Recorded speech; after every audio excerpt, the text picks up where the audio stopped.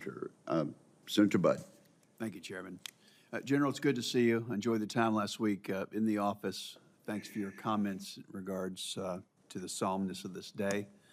And thanks for your willingness and head of your family to continue to serve. So one of my priorities in this role has been to reform the foreign military sales process. In our travels to visit with allies around the world, that's been a continual point of frustration. We want them to get the weapons and the equipment in places like Taiwan and the Philippines, and we want it to be done more quickly. One recommendation I've heard is to bake exportability into the production of these technologies at the outset of the development. Now, that development is constrained by the requirements that you would put into the process. So what do you think about baking exportability into the requirements?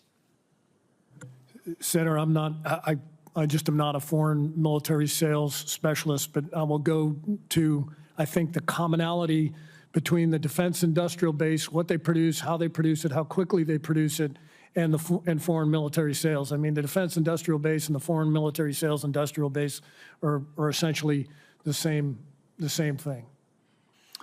So if we could just broaden the question a bit, if you may not be an expert on foreign military sales, giving your best military advice, do you think there are ways that we could speed up the process and that we should? And I think in pursuant to the discussions we've had today, yes. Yeah, thank you.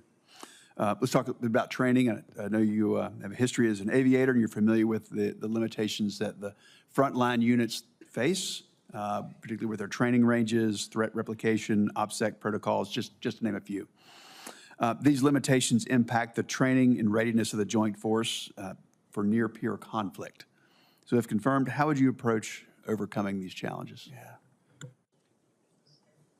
Thanks for the question. And as a career aviator, we have run into restrictions in airspace, restrictions in emissions, restrictions in the physical space below you, what you can expend, how you can expend it. So the two ways to get beyond that, and that's virtual and constructive elements of the training continuum. You will never get, in my opinion, beyond the live feedback, the live aspect, but in order to sensitize and work out the longer range systems, the more exquisite systems, the systems that need to emit and receive without tipping your hand and also getting a workout, we need to emphasize virtual and constructive aspect as well. So that live, virtual, constructive continuum, those parts make up the greater part of the whole. Thank you, General. So one of the provisions I led in this year's NDAA, it strengthens the department's ability to use tactical data links, something I imagine you know a lot about, specifically Link 16, and for testing and for training in the National Airspace System. So can you speak about the importance of Link 16 in the joint warfighting concept and the importance of preventing bureaucracy from impeding the ability and how we train and how we fight? And Senator, this links back to the discussion we just had about limitations on training ranges and being able to use certain waveforms. As an aviator, I've been using Link 16 for a long time. It is the data link system of record, and it is critical to joint command and control. So accommodations that can be made to use that waveform, to use that data link so that we're expert at it. Once again, we don't get under center with no reps with the data link across the systems is extremely important. Thank you, General. A different topic. In your understanding, who currently owns the DoD's requirements for joint protection from unmanned aerial systems?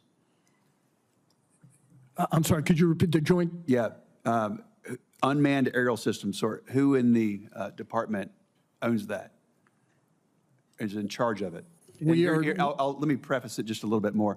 I understand that Northcom acts as a synchronizer here, kind of a consultant on that. But as you see it right now, are you satisfied with the jointness of the requirements and the solutions moving forward in regards to unmanned aerial systems? This is an area where maybe we were slow on the get-go, but we're moving very, very quickly. We have service executives, and we have a combined joint task force for UAS and for counter UAS, and I'm happy that we're moving at speed now, and everybody in what was kind of ungoverned space is starting to move in the same direction. Thank you. I appreciate your willingness to serve. I look forward to supporting your nomination.